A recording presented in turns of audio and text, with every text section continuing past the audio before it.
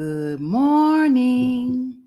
Good morning. Good morning. Good morning. I am Tamara Johnson Shealey. Good morning. It is Saturday. It's a gloomy Saturday morning here in Georgia, but I am super excited. You know, if you joined us last month, this same time, we had Mr. Reggie Jackson on. Mr. Reggie Jackson, Nurturing Diversity. And I'm going to tell you, he bought the fire. He bought it, y'all. And I know y'all were asking me, when is he coming back? When is he coming back? Guess who's back? Good morning, Mr. Reggie. Good morning. How are you today? I'm doing good, sir. How are you? Wonderful, wonderful. Good to be back here in the space with you and looking forward to some real interesting conversation today. I am too. And I tell you, when you came last month, you had folks like, who is he? Where is he? How do we follow him? And I made you promise to come back. Oh, yeah. I even pushed you over the edge. Like, you have to come back.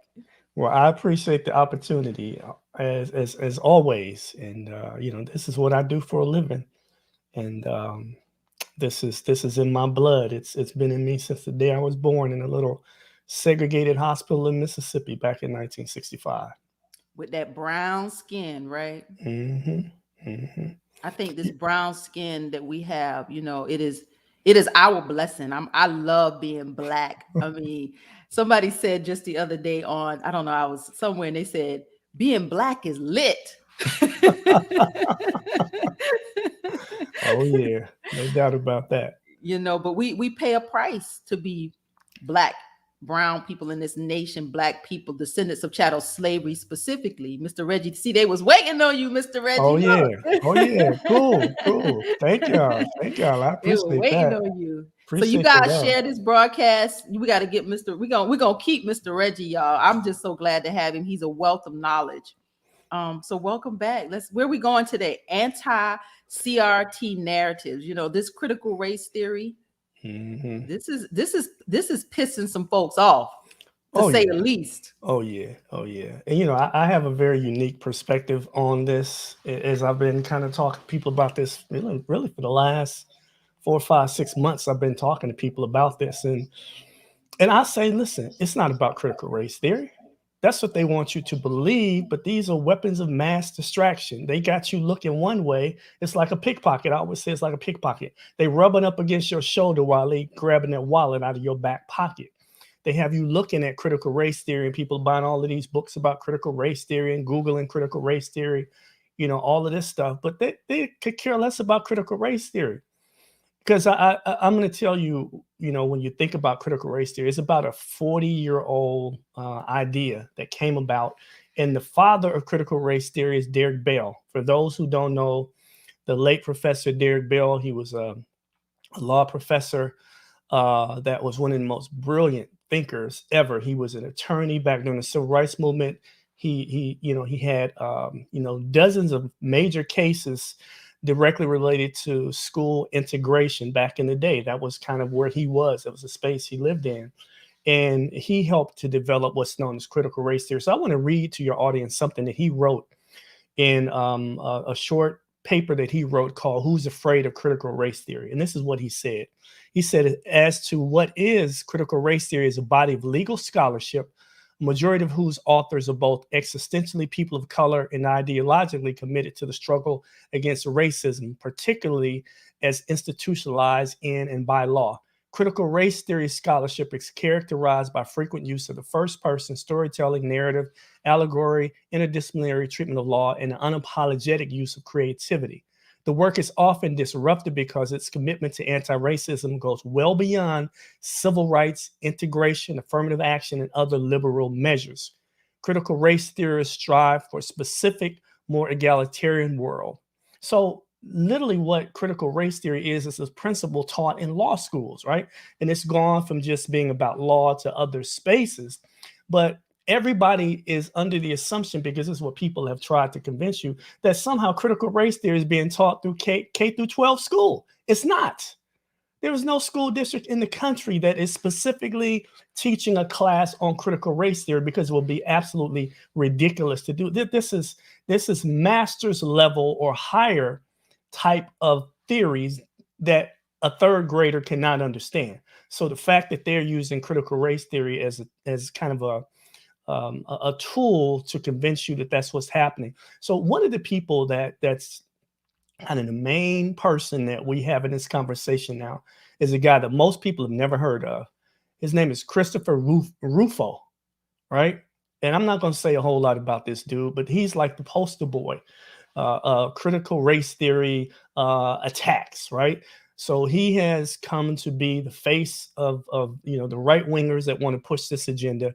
And this is what this dude wrote. I always say this: when it comes to people that are racist, they show their true colors at some point in time by speaking a little bit too honestly sometimes, right? So this is what he tweeted on March 15th of this year. This is what he tweeted about critical race theory. He said, "We have successfully frozen their brand, critical race theory, into the public conversation and are steadily driving up negative perceptions. We will eventually turn it toxic as we put all of the various cultural insanities under that brand category. The goal is to have the public read something crazy in the newspaper and immediately think critical race theory. We have decodified the term and we will recodify it to annex the entire range of cultural constructions that are unpopular with Americans." And when he says with Americans, he means with white Americans. That's what he's really saying. He just leaves the word white out. But we know when people talk about Americans, a lot of times they're just talking about white people. I mean, if you were to Google all-American boy and look at the images, I guarantee you 99.9% of the images is going to be some white dude. So we know that's a way of saying white Americans without saying white Americans. So this is literally what this is all about. They have been attacking critical race theory. They have been attacking what they call critical race theory, but really what they're attacking isn't critical race theory. What they're attacking is, for the first time in American history, last year, after Breonna Taylor, Ahmaud Arbery, George Floyd were murdered, we had a racial reckoning like we've never had before in America, where not only did people start to acknowledge systemic racism, but they started to talk about it. They started to have programs about it. They started to buy books about it, read articles about it. People talked about systemic racism in a way that they never had. Most people had never even heard of systemic racism before, because most people think of racism as just individual acts of bigotry. So when all of that exploded last year, what people didn't realize is that some of these people that are pushing this narrative right now have been working on this plan for a number of years. This goes back at least 7 years when the first real attacks on critical race theory started. And because nobody knew what critical race theory was, it was like, okay, whatever. But when white people started to have conversations and literally say, man, systemic racism is real, that's when, everything got like, oh my goodness, we got to do something about this. We got to attack this. We can't allow this to happen. So they found this Christopher Rufo guy who was just a nobody, who they turned into a somebody by putting him on Fox News multiple times, giving him a YouTube channel, and you got a so-called documentary refuting systemic racism. And so it's really, and it's not a conspiracy. People, oh, it's not a conspiracy. This is business as usual in America, right? Come on.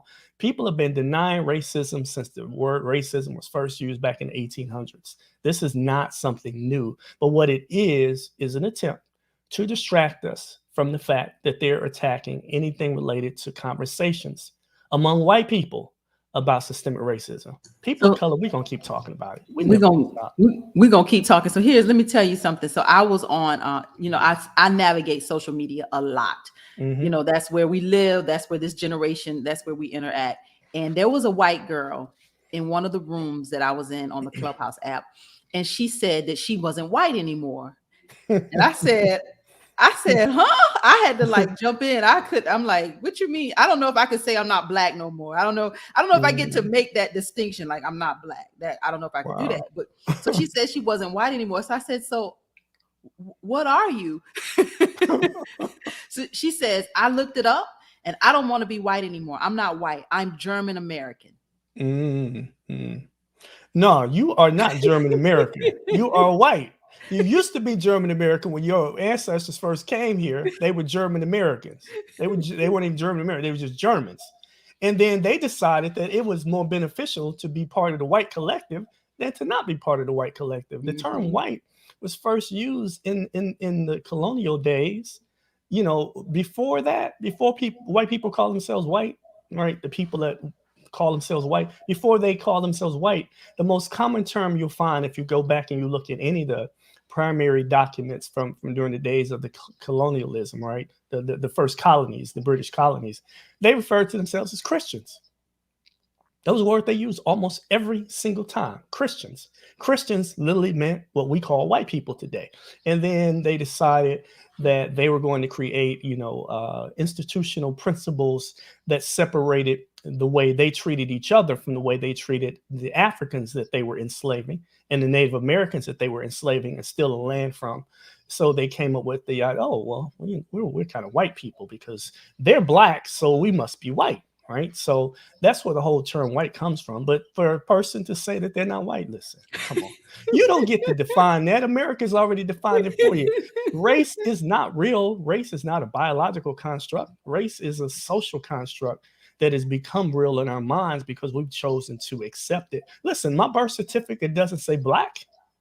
It doesn't say African American. It doesn't say Negro. You know what my birth certificate says my race is? Colored. Colored. I'm Oh, a little, Jesus. little colored boy from Mississippi. That's what my birth certificate says. Colored.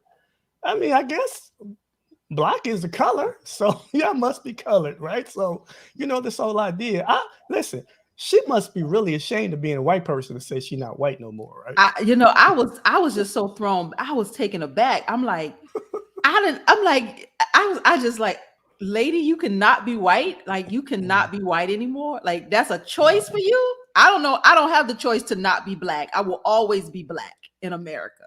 Yeah, yeah. We are defined as black because we were referred to as Negro. And that comes from the Spanish language. The word for black is negro in Spanish, right? Going back to the Latin language and whatnot. So we were the first group of people, literally the only group of people whose so-called racial designation was based on the color of their skin. We were the first.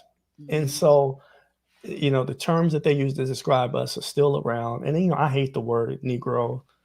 Any version of that word, I cannot stand to hear it, but it's the reality of the life we live. But this is the thing about it. I'm not one of these people that's saying I'm not proud to be black. If you're not proud to be black, then something wrong with your brain, because we have endured things that no other people on the planet, I don't care, you can study world history all you want, no other people have endured what we've endured for as long as we have in this country, and not just this country, but throughout the diaspora. People don't know that during the days of the transatlantic slave trade, that only about 3 to 5% of all the Africans that survived the journey across the Atlantic Ocean and Middle Passage, only about 3 to 5% came to the present day United States. They went to Jamaica, they went to Haiti, they went to Colombia, they went to Brazil. Brazil, 40% of all Africans transported landed in Brazil. You have the largest African ancestor population outside of Africa on the planet in Brazil, not the United States of America. Only Mhm. about maybe 300,000 Africans were transported to the US. But that 300,000 eventually grew to over 10 million of us enslaved here. So we are a group of people that were stolen from their homeland. And then they came later and they stole the homeland from us and colonized it for, close to 100 years. But we lost our connection because when you and I try to trace our family history, that woman can say she's German American because she can trace direct. Oh, my family came from Berlin in 1820. We can't do that. We don't know where our people came from. We can give you a general idea if we do a DNA test. The general idea is, but we don't know. That was lost to us because we weren't allowed to keep those connections. We had to be extricated from everything about our Africanness. And I remember Malcolm X said this years ago. He was talking to some guy, and the guy said, "I'm not from Africa. I didn't leave Africa." And Malcolm X told him, "You left your mind in Africa." So, we have to understand that we have a very unique history and we have survived and we still here, despite the fact that in the late 1800s, people were literally writing books saying that we are going to be extinct by the early 1900s. That's what people were writing, that black people wouldn't exist anymore. Once slavery ends, they're not going to be able to survive and they're just going to die off. That's literally, people wrote books, multitude of books saying that about us. And here we are, 100 and some years later, and we're still getting it in. You We better should be say it, proud. Reggie. You We better should be say proud. it. I am proud. Just to hear you say that, there's only a small percentage of us that actually made it to this country. And those of us that actually made it, it's kind of like the survival of the fittest, right? Like Mhm. we are the strongest of the ones that left Africa and made it to this land or any coast, any of the coasts. We are the strongest of the ones. Like, so it Mhm. just shows our resilience. It just shows, truly what we are made of. And I think Mhm. about, Mr. Reggie, when we came out of slavery, how you just said that they wrote books about the fact that we won't make it. That was intentional. They gave us nothing. Just go find yourselves, go Mhm. get off our Mhm. property and go figure it out. Hell, we had Mhm. already figured it out because we were smarter than they were. We Oh were we yeah. were doing all the work. So all we had Mhm. to do is move somewhere else and do what we'd already been doing. Here's where Mhm. they got it wrong. When we left their plantations, who the hell gonna tend to your crops? Who the hell gonna tend to your cattle? And who the hell gonna take care of your children? How you gonna Mhm. eat? So they quickly realized, wait a minute, we need them Negroes. Mhm. Mhm. Yeah, and this is another part that people don't understand. When they went to Africa, they didn't just grab anybody.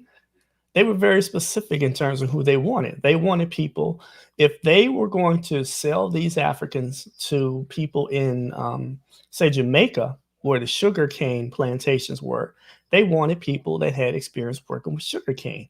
If they were going to work with somebody, sell them to somebody that had rice plantations, they wanted somebody that had experience with rice or cotton or tobacco, whatever, right? So they were very specific about who they got, and they generally got young black people, mostly males, but some females too, Mhm. because they had breeding plantations where they would force these females to be raped, time and time again, to make babies, so that now you get a free African. You don't have to buy one. You can just make one on these breeding plantations.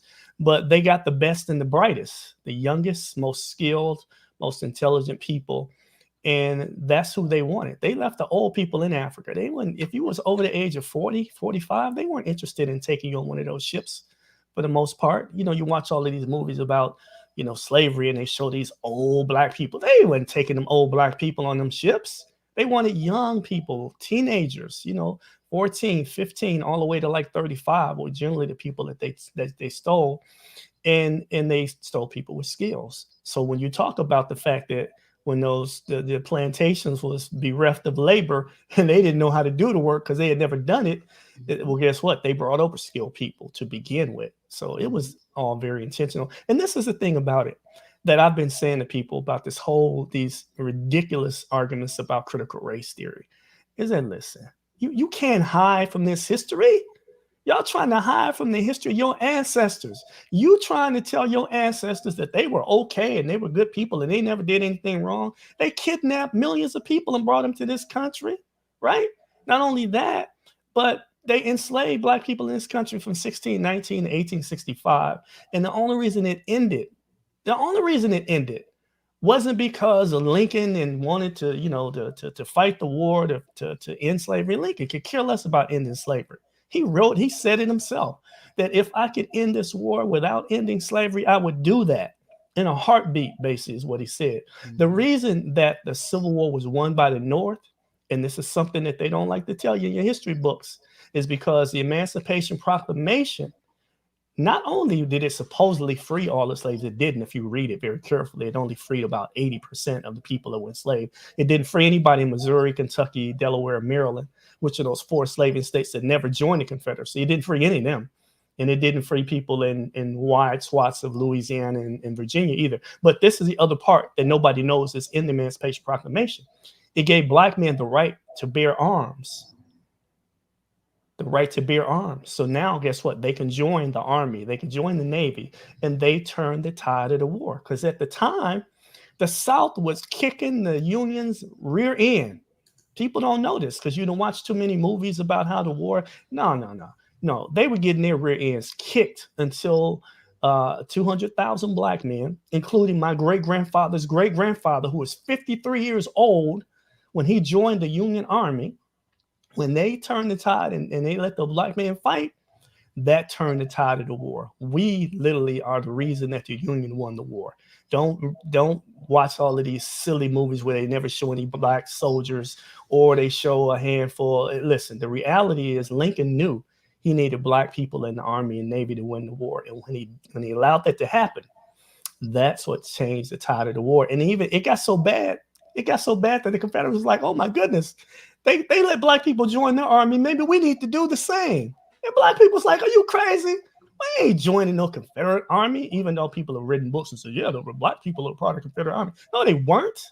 They had a gun put up to their head and said, y'all need to help these Confederate soldiers, load these cannons. It wasn't like they was like, oh, where do we sign up for the Confederate army? That's a bunch of nonsense. They would have been crazy to do that. But that's literally the types of things they're trying to keep out of history books. And I say this to anybody that tries to cover up the ugly part of American history. I said, listen, you can't do it because your ancestors, these people that you claim to love so much, left so much evidence of their bad deeds that you can't hide from it.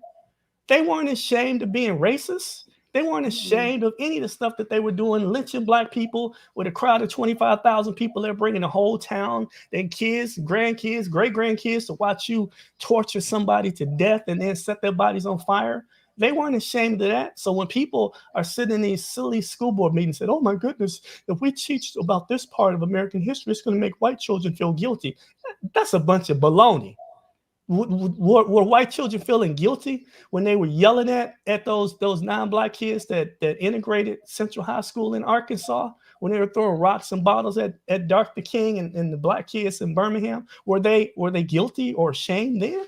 Heck no, they weren't. They were happy. They went home celebrating. They went and got ice cream after they called you the N-word back in the day. So don't tell me that white kids now are going to feel ashamed, or that black and brown and Native American kids are going to feel, oh, we're going to feel inferior. Y'all already tell us we're inferior.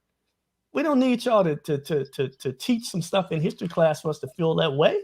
Everything about American society teaches us that somehow we're inferior. And I wrote an article that I said, listen, America loves everything about us except us.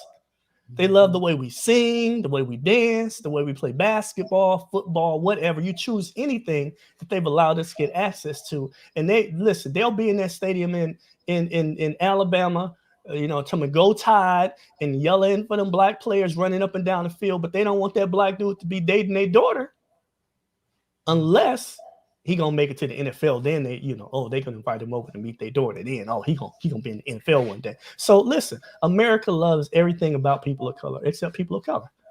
They culturally appropriate everything from us.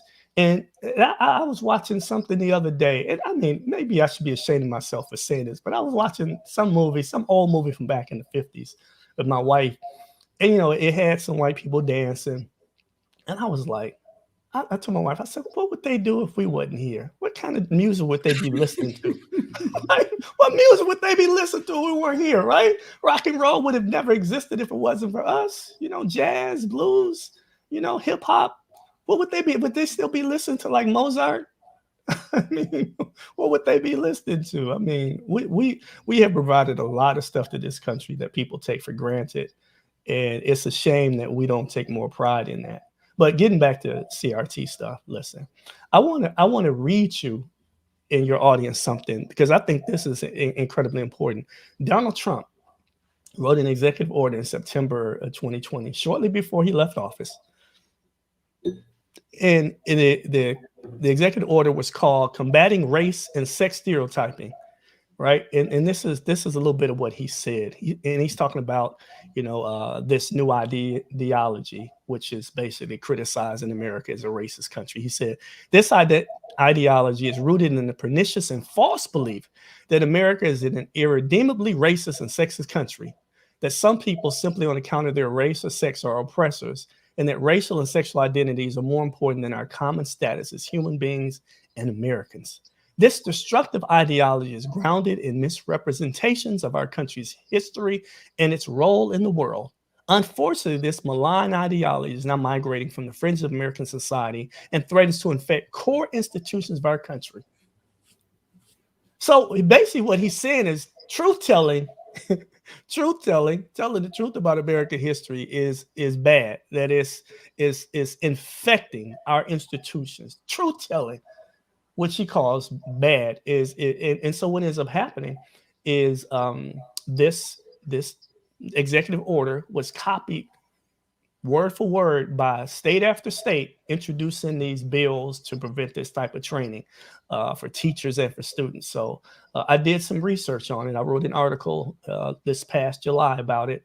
And this is what I discovered, that through July of this year, there have been 25 bills introduced in states across the country that are related to what people are calling anti-critical race theory. But when I looked into it, I looked at every one of these bills. I said, I want to see what the bills say, because most people are going to read about the bills. I don't want to read about the bills. I want to read exactly what the bills say. And I spent a whole week looking over these bills. And this is what I discovered. Just 1/3, only 8 out of the 25 bills use the term critical race theory. Just 8 of them out of 25 use the term critical race theory. I was like, oh, yeah, they're banning critical race theory. Oh, no, they didn't even mention critical race theory. Florida, Idaho, Michigan, Missouri, Montana, Pennsylvania, South Carolina, Utah were the only states that actually literally mentioned critical race theory in their bills. Iowa used the exact same title as Donald Trump's executive order in their bill, the exact same title. It's like copy and paste. I ain't never seen so much copying and pasting since I was a teacher, and kids was like copying and pasting stuff and pretending it was an article they wrote. Like, come on, man. I know you got this from Wikipedia. No, you can't trick me. But this is what these politicians have done. And Florida, Missouri, they specifically mentioned the 1619 project in their bills, right? So most of these bills did not even mention critical race theory. The words are not even there, but they're banning critical race theory. No, they're not. And I've been in conversation with people in our kind of southeast Wisconsin suburban communities that have been in these, contentious school board meetings discussing this. And one person did something really, really smart. They pretended that they were on board with this anti-CRT stuff, and they were given a document that these folks are handing out across the country. And this document is called, y'all should Google this and look it up yourselves. Model School Board Language to Prohibit Critical Race Theory.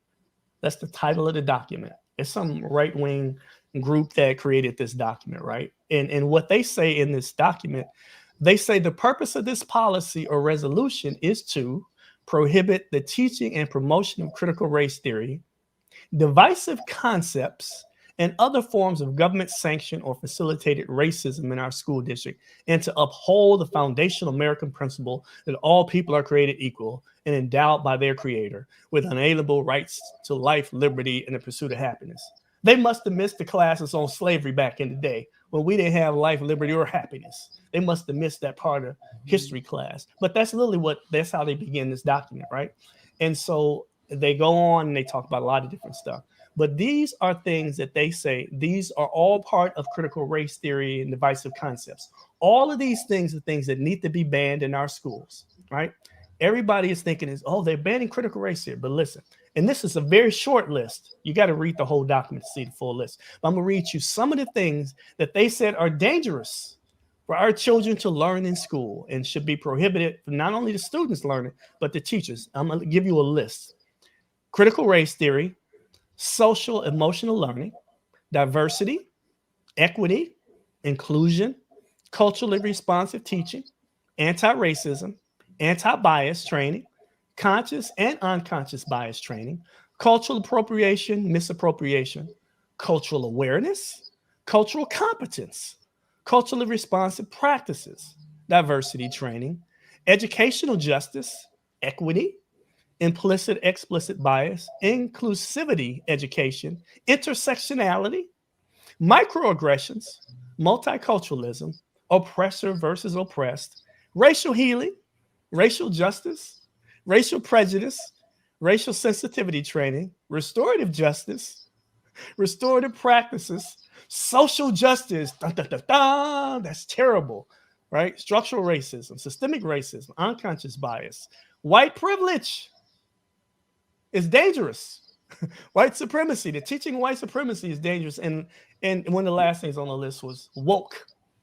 They consider all of these concepts to be dangerous, and they're passing this thing around. This is what people, these are the arguments people are using in these school board meetings where they're yelling at each other about critical race theory, but they're not really talking about critical race. That's why I tell people, if you are under the belief that it's about critical race theory, then you are wrong-headed in your efforts to end this, because it has nothing to do with it. It's about white people being very uncomfortable with the fact that white people started to talk about systemic racism for the first time ever. And I want to read to you what Derek Bell, or actually another prominent expert on racism, wrote. Now, this is Professor Joe Fagan. He is at Texas A&M University. He's a sociologist. He's written multiple books over the course of time about the history of racism, probably one of the most crucial scholars when it comes to the study of racism. And he wrote, this book called Systemic Racism, A Theory of Oppression. And this is what he said about systemic racism. He said it is far more than a matter of individual bigotry, for it has been from the beginning a material, social, and ideological reality. For a long period now, white oppression of Americans of color has been systemic. That is, it has been manifested in all major societal institutions. That's what systemic racism is. It's literally saying, and listen, it's in the criminal justice system, it's in the education system, it's in the healthcare system. There's copious evidence of this. But people still want to say, no, racism is not systemic. We're in a colorblind society. Look, we elected Barack Obama. We can't be a racist country. We elected a black man. Well, first of all, Barack Obama wasn't black. His daddy was black. His mama was white. If both of his parents were black, he wouldn't be president.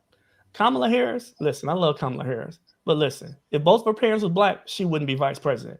They have never elected a black person whose both parents were black. Now, listen, we can get into an argument about who's black and who isn't black and all that stuff. But by definition in America, in most states, by law, if you had at least, one of your grandparents was black, you was automatically black. Some states have, one of your great grandparents is black. This is the crazy thing when it comes to definitions of who is black and who isn't. They had to define what blackness was, because they created laws that said black people didn't have access to certain things. They couldn't go to this school, or they couldn't use this bathroom, and they couldn't sit in this part of the bus or whatever, right? So in order for those laws to work, they had to define who was black and who wasn't, right?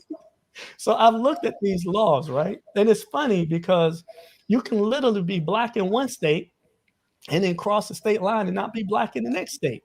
So, for instance, one state may say that if any of your, ancestors are black, you're automatically black.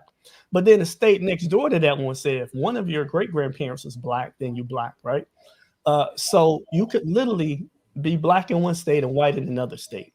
So you heard of the famous Plessy v. Ferguson case, right?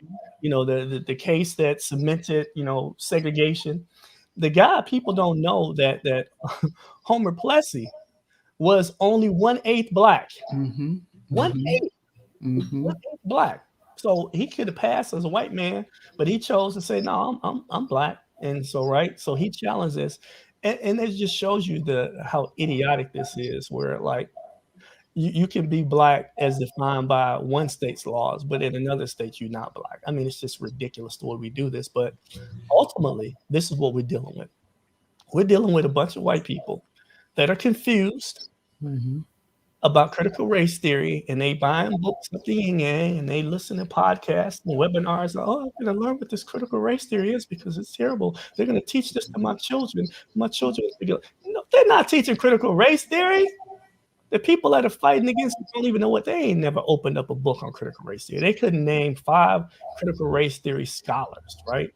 They don't know what it is, and they don't really care to know what it is, because they have lumped all of those things that I just read to you, and that was a short list that I read to you of things that they're lumping in as these so-called divisive concepts. Now tell me this. How is it that social justice is a divisive concept? How is that divisive? The same people that say that's divisive are the ones that say, yeah, and I marched with Dr. King back in 1960. You didn't march with Dr. King. You wasn't at the March on Washington.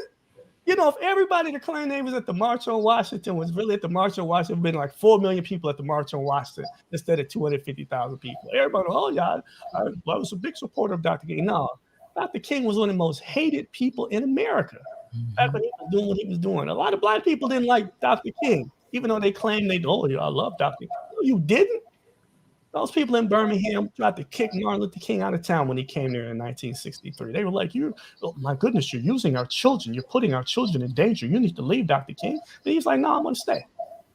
So all of this fakeness about people pretending that they believe in certain core principles, freedom, justice, and liberty. Come on, man. Be real. Be real, because as I said earlier, your ancestors left too much evidence of their bad deeds because they were proud of it. And listen, I'm gonna tell you, if I was if you could go and you could have a conversation with Jefferson Davis right now, the former president of the Confederacy, I'm gonna tell you what he would be saying right now. He would be saying, "Man, I am so mad that these white people today who claim to love me are saying that the war wasn't about slavery.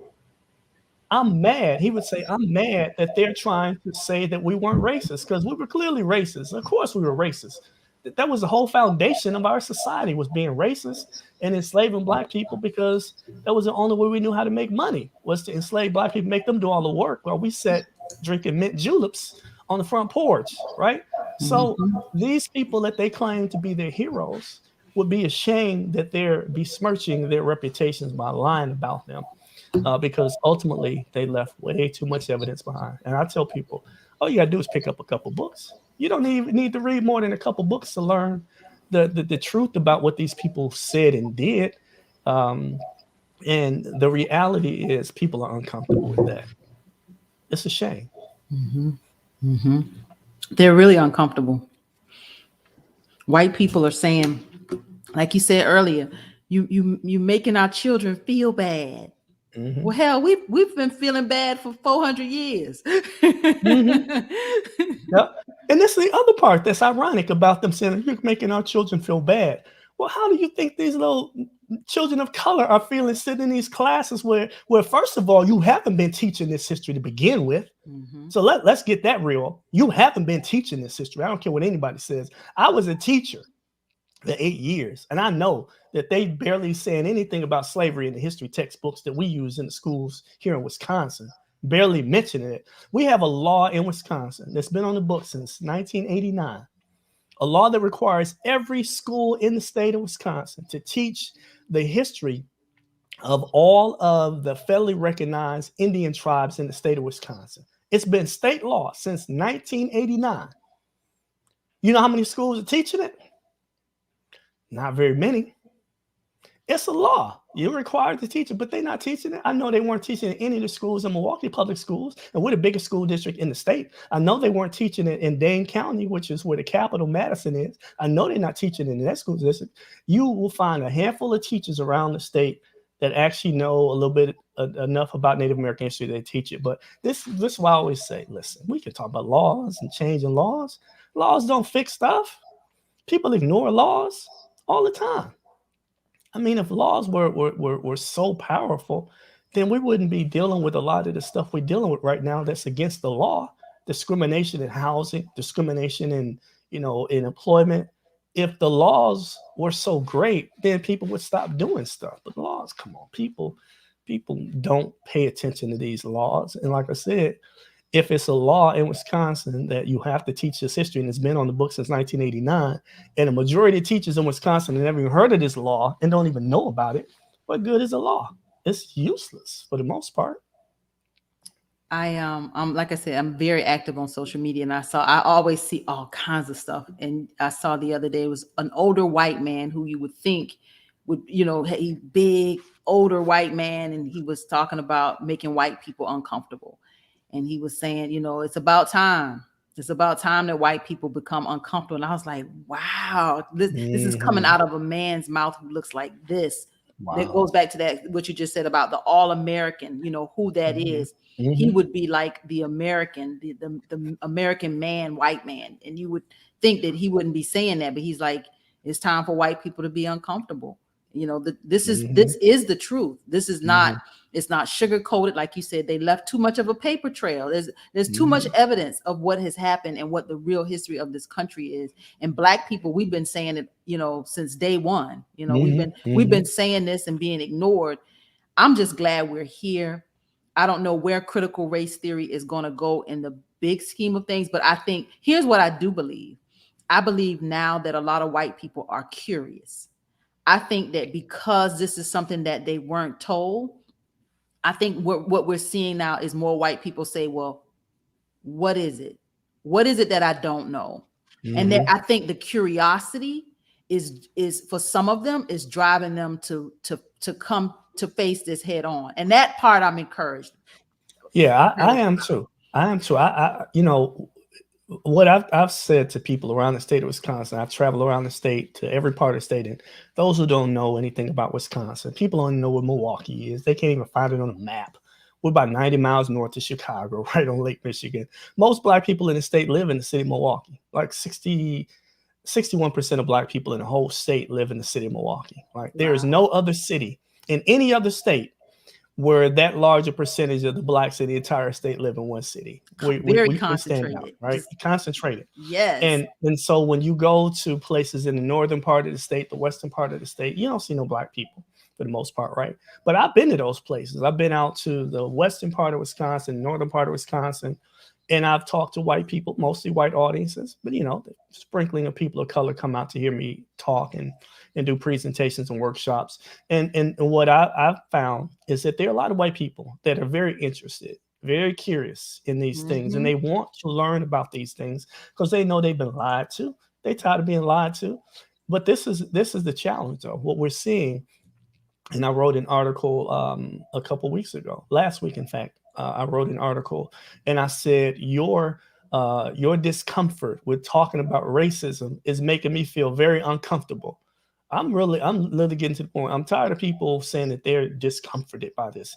And I said, listen, your discomfort is microscopic as compared to my discomfort living as a black person in America. So don't try to tell me about your discomfort is more important than mine, because we've been living with this discomfort and we live with it 24 hours a day. You may have to live with it for a few minutes a day, but for the most part, you can just escape back into the reality of where it doesn't matter anymore. And Hmm. ultimately, those white people that are of the mindset of the man you just mentioned, they're getting a lot of peer pressure to not say that stuff. Their family members like, man, you need to be saying that stuff. The neighbors are kicking them to the curb, want to invite them over, for lemonade, or to watch the football game on Saturday with them no more. They done lost a lot of friends by being honest. And I tell white people that I travel around the state, man, I travel around the country, 20 different states I've been working. I say, listen, if you're doing this the right way, you're going to lose some relationships with some people. Hmm. You guaranteed to. Your Uncle Bob may not like you anymore. He may not invite you over for Thanksgiving dinner next time.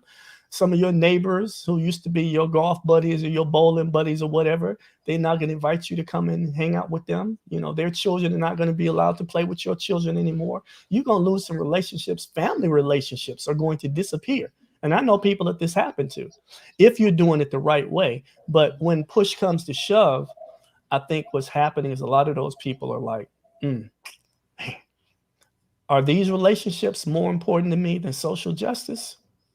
Yeah, they are. Let me just go on and fall into the background. Because I wrote an article last year. I said, it's great that you woke, but are you going to get your behind out of the bed and do something? And a lot of people, they woke up and they kind of looked around and, bought some Black Lives Matter signs and some, help paint a Black Lives Matter mural somewhere. And then they just kind of went back into the woodwork and you don't even see them anymore Hmm. because it's so much pressure. And listen, I get it. It's hard. It's hard to be a white person and be on the side of anti-racism work. It's exceptionally difficult for them to be in that space. And I get it. I understand it. But listen, we need more courageous white people. We don't have enough of them. And the ones that are courageous are getting a lot of pushback from their friends, family members, coworkers, neighbors, and stuff. You know that in Texas, they banned a number of years ago, they banned the teaching of Mexican American history in Texas. 40% of the people who live in the state are Mexican Americans, but they said we can't teach that history, and that's dangerous to learn that history. I mean, come on, people. And this is another thing, that a point that I make about the way we describe each other, right? I refuse to describe myself as a minority. I'm sorry, I'm not a minority. You know, you can talk about the mathematics behind it, but I would never allow you to call me a minority, because when you say minority, you don't mean it in the mathematical way. You mean it in a way that means I'm lesser than, right? In some capacity. So, you know, when states like California and Texas, when white people are no longer the majority of the population, instead of them saying that white people are now a minority in the state, you know what they say? The state is a majority minority state now, because they refuse to use this word minority to describe them when they are a minority, right? The global minority. Listen, only about 11% of all of the people on the planet Earth are people that we consider to be white people. 11%, one out of nine. So how the heck you gonna tell me that I'm a minority? You're not gonna convince me I'm a minority. I will refuse to allow anybody to call me. If you call me a minority, we're gonna be having a conversation about it, because I'm not a minority. I'm not gonna allow you to say I'm lesser than, because that's literally what it means. So you're in the minority community. Come on, they're not keeping it real. I try to keep it real. That's why this audience loves you. They were like, when is this man coming back? Because he does keep it real. Critical race theory, these narratives. You know, I just think that when this pandemic hit, there was a reset. I don't know what God is doing, and it doesn't feel it's been a little uncomfortable, a lot uncomfortable for all of us. But there's Mhm. something that's definitely happening, and there's a reckoning. I believe there's a reckoning here, right here in America, and we're not going back to sleep. Things won't ever be whatever they once were. They won't Mhm. ever be. We're not going back to that. And people now are seeing things for what they really are. This is the information age. You cannot hide from it. This generation of young people, they excite me, because across the spectrum, they interact in such a way that they are going to be intentional about telling the truth. Like you're not gonna lie to them. You know, they Mhm. ask why, Mhm. and they look Mhm. for the answers, and the answers are there. Mhm. Unlike my generation, your generation, we've had to like research extensively to find the answers. Like we've had to read this book, put the two and two together to make four. The information now is at their fingertips. Mhm. Mhm. Yeah, and you know the interesting thing, and I used to tell my students when I was a teacher, question everything. Don't believe just because we telling you this. Don't just accept it and believe it. Do your own research, right? And what I've discovered about young people that I didn't really realize until I became a teacher is that we really do them a disservice by acting like they're children and that they don't have a brain in their heads. Like, Mhm. right, the only way they can understand something is if we explain it to them, right? We think that, you know, you have to learn from the elders or listen to the elders. Okay, there's some validity to that.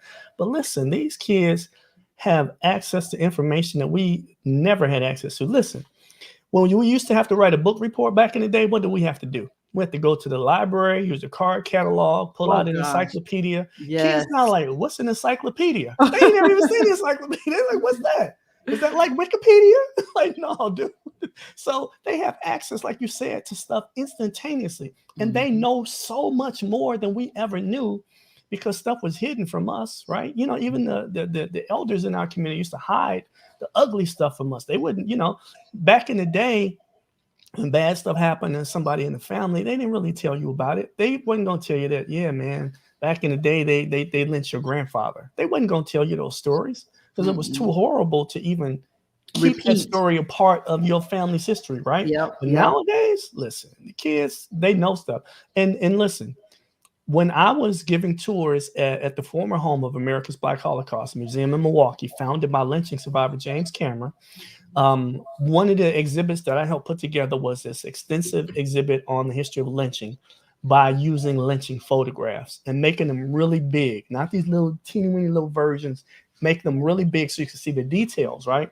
And when I used to give the tours at the museum and guests would come in, we were warning there's some very graphic, ugly images. If you don't want to see them, go that way instead of this way, right? But I'm telling you, when young people used to come to the museum, they couldn't wait to get to that part of the museum. They wanted to see those pictures. You know, the adults, they would come and they would look at them for like 30 seconds, then look away. The kids was like, man, look at that. Look at this. Did you see this? Mr. Jackson, did you see that? They would point out stuff in the images you would never even notice unless you Mhm. pay close attention. And so now we have people that are trying to, oh, the kids can't handle that stuff. They can't handle it. They can handle it. If they can handle this bloody gut movies that they have on Netflix and other places, they can handle that. They can handle looking at these pictures. The thing about it is they are detached from that history because it didn't happen in the course of their lives. Whereas adults knew about these things happening. They knew that their grandfather was a member of the lynch mob. So of course they don't want to look at those images. They knew that their grandfather, grandmother was a lynching victim. But kids nowadays are detached from their history in such a way that they can look at it and pay attention to it Objectively. and not be traumatized by it like Mhm. adults are. They, like you said, Mhm. objectively, because Mhm. they're disconnected from it. And for Mhm. us to try to cheat our children out of learning these things. This is the thing that I've said to people that are trying to fight these people in the school board meetings. I said, listen, they're talking about is white children. The white children are going to feel guilty. The white children are going to do this. I'm like, okay, what about the children of color? Do they matter? Does it matter that they're now going to be cheated out of learning the history of their communities? Do you care about them, or you just care about the white kids in those communities? Because you're literally saying, okay, we don't want white kids to learn this. But ultimately, if the white kids don't learn it, how the kids of color gonna learn it? So you're erasing their history to make some white kids feel comfortable. And I've said this time and time again. If you listen to young people, as you said earlier, they will tell you they okay with this. Teach me, please Mhm. teach me the Mhm. truth. I want to hear the truth, the unvarnished truth, the whole truth, and nothing but the truth, because I want to understand how we got to where we are. And I had there's a school in our one of our suburbs a number of years ago was had a big blow up over To Kill a Mockingbird, the play. Right, they were going to do the play, and it ended up being a big controversy. And people were upset about the use of the N word in the play, and so it ended up they're going back and forth about whether they went had to play or not. So the kids that were in the play and some of the student leaders in the school were like, listen, let's get together and talk about this. See if we can figure out, whether or not we okay with this and how we can do it and blah, blah, blah. Right. So the school district called me in to help consult on this whole process. Right. And so I talked to the leaders of the school and some of the other folks. And then I said, well, let me talk to some of the students. So I met with a student leadership group, and this is what they told me. They said, listen, Mr. Jackson, we talked about it among ourselves, among the student body, and we got, the perspectives of everybody involved, all of the kids in the play, and, some of the students in the school. And they said, listen, we had to figure it out. We were all good. We were ready to go. And then the adults got involved and screwed it all up for us. So it's like, and when it comes to this CRT stuff, the one voice you're not hearing in all of this is which voice? The The students. students. Nobody's asking the students what they want to learn. Mhm. Mhm. And I say, if you involve the students, and there's a school district here, I know that they did this last year. They asked the students, are they okay with learning this stuff? And overwhelming, the student body said, yes, please give us more. And then they basically buried the report. And then this year, when the school year started, people were like, well, what about that report from last year? And they said, oh, well, most of those students have graduated. So it's a different group of students here now. So that report doesn't. Like, come on, man. Listen to the Mhm. kids. They'll tell you they're okay with it. The white Mhm. kids are not going to feel guilty. They know, listen, they know what their ancestors did. Yeah. Yeah. Most of them. Most of them. Be courageous and stop being cowards about this stuff. And don't let people trick you into believing it's about CRT. It's not. Stop wasting money on critical race theory books because listen, I've read a lot of those books. And listen, I hate to say this about academics, but most of what they write is for other academics. It's not the type of language that the average person will be like, man, I can't put this book down. They like, after reading 2 pages, I can't wait to put this book down because it's such a boring way of talking. And a lot of this stuff is very theoretical and whatnot. You would not be interested in those books. Don't waste your money on those books. Understand it's about systemic racism. Understand it's about the racial reckoning, like you said, that we had last year, where people will no longer be denied an honest view of American history. You can't cover it up anymore. You've covered it up for a long time. And I say America's been covering stuff up, pushing it under the rug. And that's why Americans are constantly tripping because the rug is full of stuff underneath it. It's time for Mhm. us to stop tripping and be real and be honest and understand that this is the only way we're going to make real change. Some people don't want to change, though. I told you, y'all. I told you he is the man, Mr. Reggie Jackson, nurturingdiversity.us Mr. Reggie, you are like a wealth of knowledge. Look, I'm glad I found you. I had to found you, but I'm so glad I did. And this audience really enjoys the information, and it's timely. And you know what? I'm just excited to have you. And I just thank you again for being my guest. We're looking forward to you coming back. Look, I told y'all I was gonna keep him, y'all. Well, thank you so much for those kind words. I appreciate you reaching out to me. I appreciate you giving me this opportunity to share the things that I share and the work that I do. I appreciate your audience, the comments. I appreciate them even being here to listen to me. They're like, who is this dude? Is this the baseball player, Reggie Jackson? Or is it, who is this? I didn't know Reggie Jackson, baseball player, knew anything about history. So, people don't know who I am, but, this is who I You am. are. Trust me. In this community, we're activists, and we're, reparationists, and we're fighting hard to make sure that America is gonna do right by us, and we're fighting to make sure that it does. So this is a community of people that appreciate all that you are. So I just appreciate you being a guest and coming back next month. Yeah. Next month, what I want to talk about is give us as a Black community some advice about what we can do about dealing with racism in America. Some very specific things that we need to do to kind of disable some of the harm that racism does to us, not on a level of institutional issues, but institution stuff within our heads, how we're messed up in our heads, the psychological damage that racism brings about. So I want to talk about that the next time I come on the show. That's I think gonna it's be good. critically important. So. Yes. Mr. Reggie, thank you for joining me on the broadcast. I got to do my giveaway. You want to stay with me for a few more minutes? Yeah, absolutely. Okay, good. So I do a giveaway, Mr. Reggie. It's a $5 Cash App campaign fundraiser that I've been doing, and it's so much fun. So I'm gonna change these banners out, and we're gonna share the screen. All right. And we have 2 giveaways this morning that they're going to get some goodies from the fundraising from the website. Let me put it on the bottom. Go to the website, tamaraforgeorgia.com/fundraisers. You'll see the page. We got 2 giveaways this morning. Let's spin the wheel, and see who going to be our winners today.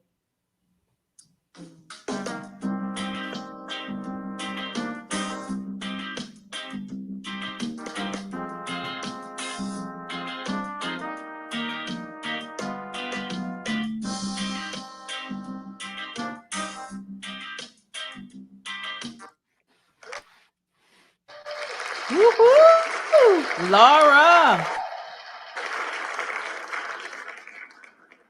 Yes.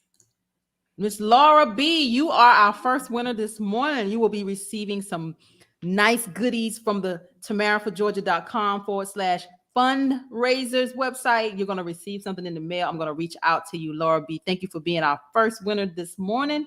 We have one more giveaway. Let's see who that will be.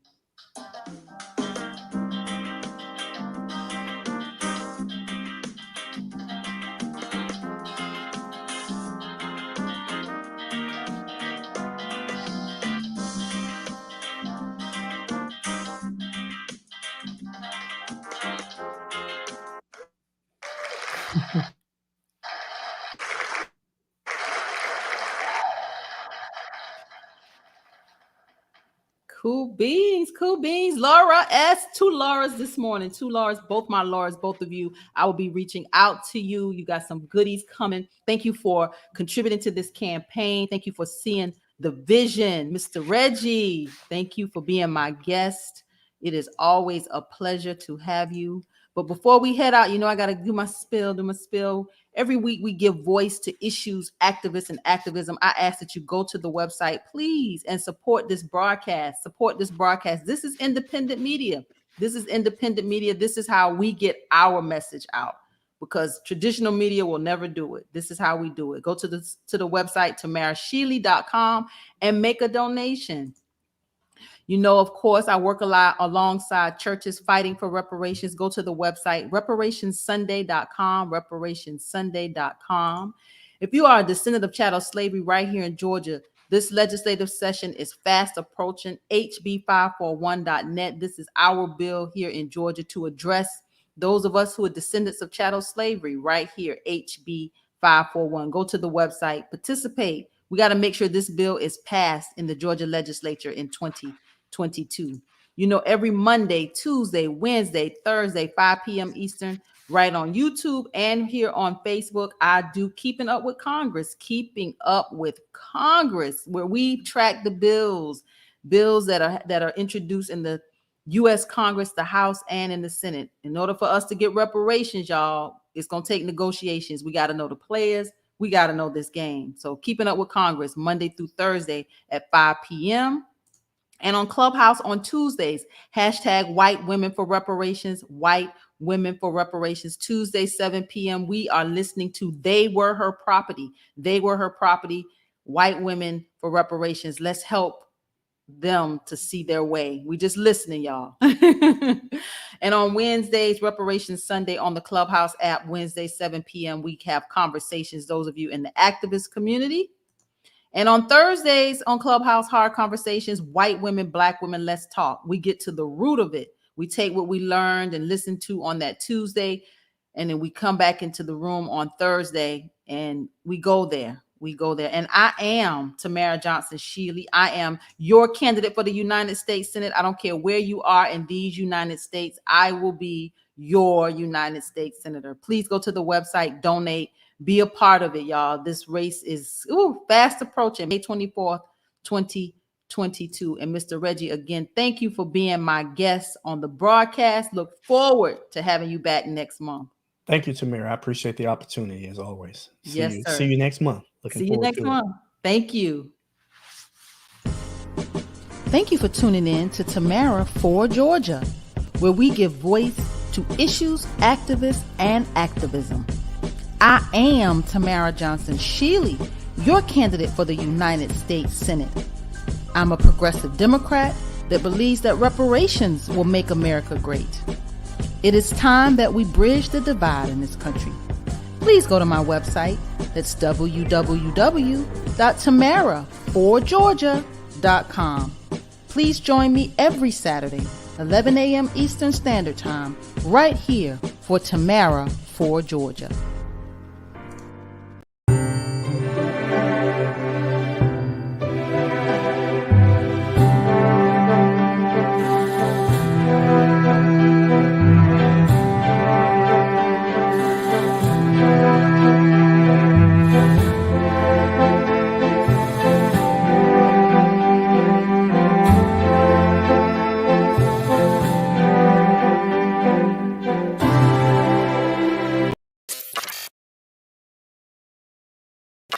When we come to Washington in this campaign, we're coming to get our check.